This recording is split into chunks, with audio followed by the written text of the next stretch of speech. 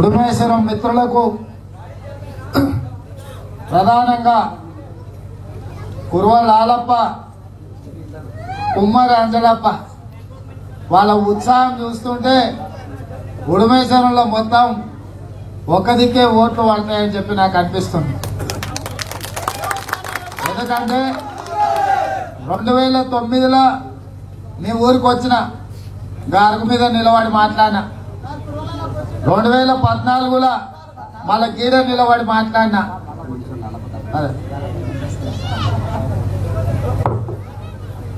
లాలప్ప ఓటే కాదు దండ కూడా వేస్తున్నాడేవో. రేవంత్ రెడ్డి నాయకత్వం, కాంగ్రెస్ అన్ని ఊర్ల కంటే ఉడుమేశ్వరం గ్రామంలోనే దండలు ఎక్కువ పడ్డాయి. మరి ఇది అభిమానమా? ఈ ఊర్లో ఇంకా సమస్యలు ఉన్నాయని చెప్పి ఆ సమస్యల పరిష్కారం కోసం దండలేసి దండం పెట్టినో నాకు తెలియదు. కానీ తప్పకుండా మీరేదైతే ఆశిస్తున్నారో మీ ఆత్మగౌరవం తగ్గకుండా మీరు ఎక్కడికి వెళ్ళినా ఉడుమేశ్వరం బిడ్డలు మాది కొడంగల్ అని గర్వంగా చెప్పుకునే విధంగా మనం పనులు చేద్దామని చెప్పి నేను సందర్భంగా తెలియజేస్తున్నాను.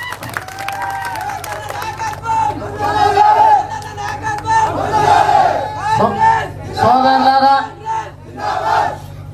ఇంతకు ముందు వరకు శ్రీరామన్న చెప్పినట్టుండే ఇప్పుడు తాండూరు సంత నుంచి ఓ కొత్త జంతువు వచ్చింది. అదేం కొత్తది కాదు, కొత్తదని రంగేసుకొని తిరుగుతుంది. మన ఉడుమేశ్వరం వాళ్ళు ఛాయ తాగాలన్నా 100 రూపాయలు ఉంటే తాండూరుకే పోతాం. అవునా? 1,00,000 రూపాయలు సంపాదితే ప్లాట్ తాండూరులోనే కొనుక్కుంటాం. పండించిన కందులు అమ్ముకునేది ఉంటే తాండూరుకే పోతాం. ఇక బీర్ తాగేటోళ్లకు బిర్యానీ తినేటోళ్ళ గురించి నేను చెప్పాల్సిన పని లేదు. వాళ్ళు దాదాపు ఎప్పుడు అక్కడనే పోతుంటారు. మహేందర్ రెడ్డి 25 ఏళ్ల నుంచి తాండూరుకి ఎమ్మెల్యే ఉండే, మంత్రిగా ఉన్నాడు, భార్య జిల్లా పరిషత్ చైర్పర్సన్ ఉన్నారు, నరేందర్ రెడ్డి గారు ఎమ్మెల్సీగా ఉన్నారు. ఇన్ని పదవులలో ఉన్నోళ్ళు ఎన్నడన్నా ఉడుమేశ్వరం వస్తా పోతే ఎన్నడన్నా ఆగిండా? కాకినా నీళ్లు రాకపోతే తాగనికి మంచి నీళ్లు వస్తున్నాయని అడిగిండా?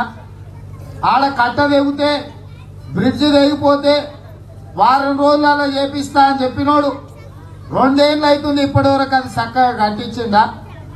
మహంతిపూర్ పక్కన బొమరాజ్పేట ఆనుకొని మొత్తం తాండూరే, కొడంగల్ కానుకొని మొత్తం తాండూరే, అవతలకు పోతే బషీరాబాద్ మండలం మనకు ఆనుకొనే ఉంది. ఏ ఊర్లో ఏం వెలగబెట్టిండో, ఏం అలికిండో, ఏం సున్నం వేసిండో తాండూరు పోయి చూసొద్దామా ఒకసారి? మహేందర్ రెడ్డి మంత్రిగా ఉండే అని నేను అడుగుతున్నా. ఇవాళ మంత్రి ఉన్న మహేందర్ రెడ్డి వాళ్ళ అన్ననే ఆడేం చేయకపోతే తమ్ముడు వచ్చి ఈడేం చేస్తాడు? ఇక ఆయన ధైర్యం అంతా ఒక్కటే, ముఠాలను తెచ్చి చూసిండు 2-3 సార్లు. ఇక కొడంగల్ కార్యకర్తలు చాలా గట్టిగా వెనక తిరిగి చూసేవరకాలు ఇక వాళ్ళని బంధు పెట్టాడు. ఇక కేసీఆర్ ఇచ్చిన మూటలు తీసుకొని దిగాడు. వీళ్ళు అమ్ముడు పోయినట్టే, పార్టీ ఫిరాయించినట్టే, వాళ్ళు తల తాకట్టు పెట్టినట్టే కొడంగల్ ఓటర్లకు కొనుక్కుంటామని బయలుదేరుతారు. ఇవాళ కేసీఆర్ 100 కోట్లు ఇచ్చిందంటే ఎట్లనైనా వేసి రేవంత్ రెడ్డిని కొడంగల్ ఓడగొట్టి రాపోడని. ఎందుకయా అంత?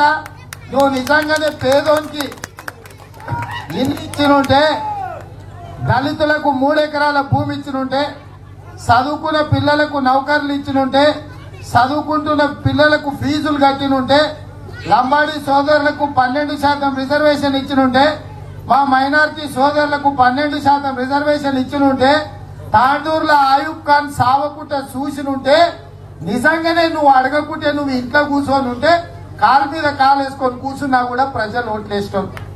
ఇవాళ రాష్ట్రాన్ని నిండా ముంచి 2 లక్షల కోట్ల అప్పు తెచ్చి 8 లక్షల కోట్లు ఖర్చు పెడితే ఉడుమేశ్వరంలో ఎవరికైనా డబుల్ బెడ్రూమ్ ఇల్లు వచ్చిందా? ఎవరికైనా దళితులకు 3 ఎకరాల భూమి ఇచ్చిరా? మీ చదువుకునే పిల్లలకు నౌకరు వచ్చిందా? మీ రైతు రుణమాఫీ జరిగి పాస్ పుస్తకాలు వచ్చినాయా? మీ మహాలక్ష్మి గ్రూప్లకు ఏమైనా 1 రూపాయి ఇచ్చిందా?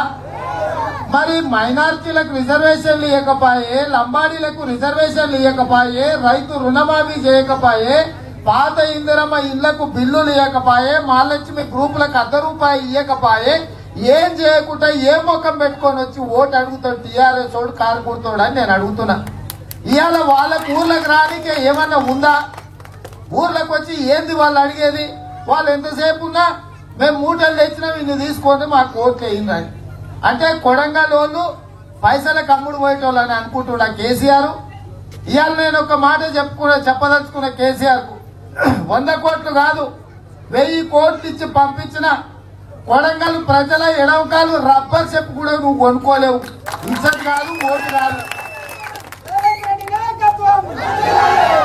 మా వాళ్ళని ఏదో కొనుక్కొని డబ్బలో ఓటు వేయించుకొని నన్ను ఓడగొడితే శాసనసభలో నీ దోపిడీ విధానాన్ని నువ్వు ముఖ్యమంత్రి, నీ కొడుకు మంత్రి, నీ అల్లుడు మంత్రి, నీ బిడ్డ ఎంపీ, నీ సడ్డకుని కొడుకుని ఎంపీ చేసిన సంగతి అడగకుంటూ ఉంటాడు. నువ్వు అక్రమ సొమ్ము సంపాదించి టీవీలు పెట్టుకున్నావు, పేపర్లు పెట్టుకున్నావు, 100 ఎకరాల భూములు కొనుక్కున్నావు, 1000 కోట్ల వ్యాపారాలు చేసుకుంటున్నావు. కాబట్టి ఇవాళ అవన్నీ నేను అడుగుతున్నా కాబట్టి నా మీద కక్ష కట్టి నన్ను ఓడగొట్టమని పంపించినావు. కాబట్టి ఇవాళ కేసీఆర్ నువ్వు కాదు, నిన్ను ముట్టించిన మీ తాత వచ్చినా కూడా ఈడ కాంగ్రెస్ పార్టీని ఎవ్వడేం దిగలేడని మాత్రం నేను చెప్పాలనుకున్నా. ఇవాళ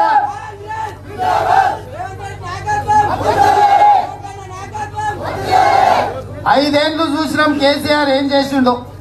అన్నం ఉడికిందా లేదా అని ఒక మెతుకు అట్టి చూస్తుంది. 5 ఏళ్లలో ఎన్నడని ఒక్కసారి మన కొడంగల్ చూడడానికి నన్ను వచ్చిండ కేసీఆర్. కొడంగల్ అంటే లెక్కలేదు. మరి ఇప్పుడు మన ఓట్లు అడగడానికి ఎట్లొచ్చిండు? కాబట్టి ఇవాళ కారు గుర్తోనికి కర్రు కాల్చి వాత పెట్టాల్సిన సందర్భం వచ్చింది. ఖచ్చితంగా కాంగ్రెస్ పార్టీ కార్యకర్తలు ఆ పని చేస్తారని నాకు సంపూర్ణంగా నమ్మకం ఉంది. అయితే ఇవాళ కాంగ్రెస్ వస్తే మరి ఏం చేస్తుందని మా కుర్వలాలప్ప కూడా అనుమానం ఉంటుంది. ఇల్లు బాగానే ఉంది నాకైతే, కానీ మరి నా సంగతి ఎట్లా అని. నీకు ఇల్లు అయితే బాగానే ఉంది కానీ బ్యాంకులో రుణం ఉండొచ్చు కదా, ఉందా? కాంగ్రెస్ అధికారంలోకి వస్తే ప్రతి రైతుకు 2 లక్షల రూపాయల రైతు రుణమాఫీ చేసి బ్యాంకులో మీ పాస్ పుస్తకాలను 100 రోజుల్లో మీ ఇంటికి తెచ్చి ఇచ్చే బాధ్యత కాంగ్రెస్ పార్టీ తీసుకుంటది. రైతులకు రుణమాఫీ చేస్తారు. ఇంకా మిగతాళ్ళకు కూడా మరి లాలప్ప అంటే జర బలంగానే ఉన్నాడు, కట్టుకున్నాడు, ఇల్లుగో కాడ కబేల కప్పు ఉంది. మరి వాళ్ళకి మంచి ఇల్లు అయితే కావాలి కదా. అందుకే ఇల్లు లేని వాళ్ళకి అందరికీ ఇందిరమ్మ ఇల్లు కట్టుకోవడానికి ఉచితంగా 5 లక్షల రూపాయలు ఇయ్యనికి ఇవాళ కాంగ్రెస్ పార్టీ కంకణం కట్టుకున్నారు. అదే ఎస్సీ ఎస్టీలకైతే 6 లక్షల రూపాయలు ఇస్తాం, ఇందిరమ్మ ఇల్లు ఉచితంగా ఇస్తాం, బ్రహ్మాండమైన ఇల్లు మీరు కట్టుకోవచ్చు. ఇదే కాదు, మహాలక్ష్మి గ్రూపులకు ఒకప్పుడు మహాలక్ష్మి గ్రూపుల దగ్గరనే నగదు పైసలు ఉండేవి, కొత్త నోట్లు ఉండేవి. ఇవాళ కేసీఆర్ ముఖ్యమంత్రి అయినాక ఈ 5 ఏళ్లలో మా అమ్మలక్కలు మహాలక్ష్మి గ్రూపులలో ఉన్నారా తల్లి? ఉన్నారా? ఈసారి మేము ఇందిరమ్మ రాజ్యం వచ్చినాక ఇప్పిస్తా తల్లి, 1 లక్ష రూపాయలు ఉచితంగా ఇప్పిస్తా, 10 లక్షల రూపాయలు రివాల్వింగ్ ఫండ్ ఇప్పిస్తా. కాంగ్రెస్ పార్టీ అధికారంలోకి వచ్చిన 100 రోజుల్లో మహాలక్ష్మి గ్రూపులకు 1 లక్ష రూపాయలు ఉచితంగా ఇచ్చే బాధ్యత నాది, 10 లక్షల రూపాయలు మీకు రివాల్వింగ్ ఫండ్ ఇచ్చే బాధ్యత నాది. కాబట్టి ఇవాళ నీ పరిస్థితి బాగాలేదమ్మా, నాకు తెలుసు, అందుకే చెప్తున్నా. మీ కష్టాలు తెలుసు. ఇంట్లో అమ్మ దగ్గర ఏమన్నా నగదు ఉంటేనే పిల్లలకు పనికొస్తాయి, అయ్య దగ్గర ఉంటే అక్కడికే పోతాయి, అవునా? కాబట్టి ఇవాళ మహాలక్ష్మి గ్రూపులను లక్షాధికారులను చేసే బాధ్యత మాది. అదే విధంగా ఇప్పుడు ముసలమ్మకు ముసలాయనకు ఆయన కాంగ్రెస్ ఉన్నప్పుడు పింఛన్ ఇచ్చింది.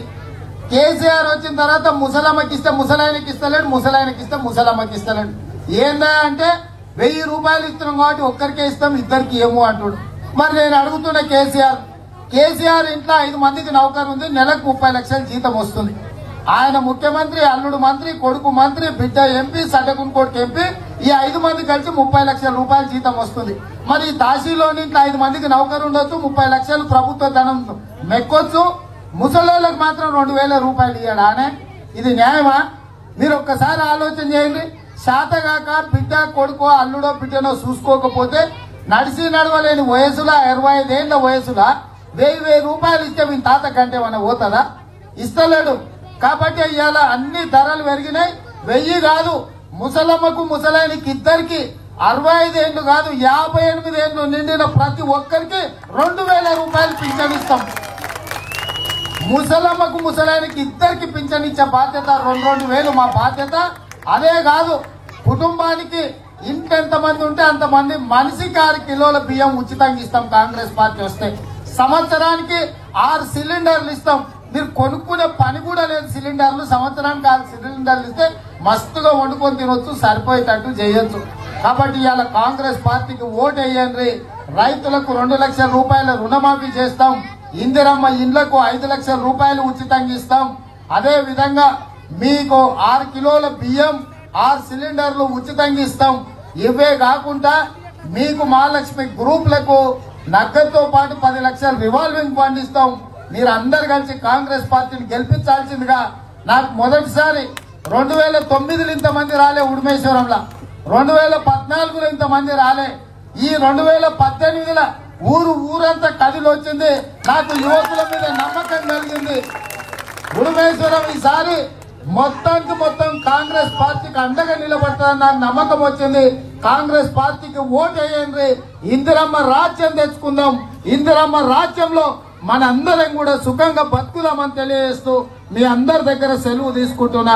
జై కాంగ్రెస్, జై కాంగ్రెస్.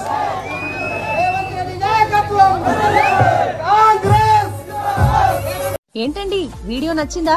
అయితే ఓ లైక్ వేసుకోండి, లేదంటే ఓ కామెంట్ చేయండి. ఎప్పటికప్పుడు మా వీడియోస్ చూడాలంటే సబ్స్క్రైబ్ చేసుకోండి.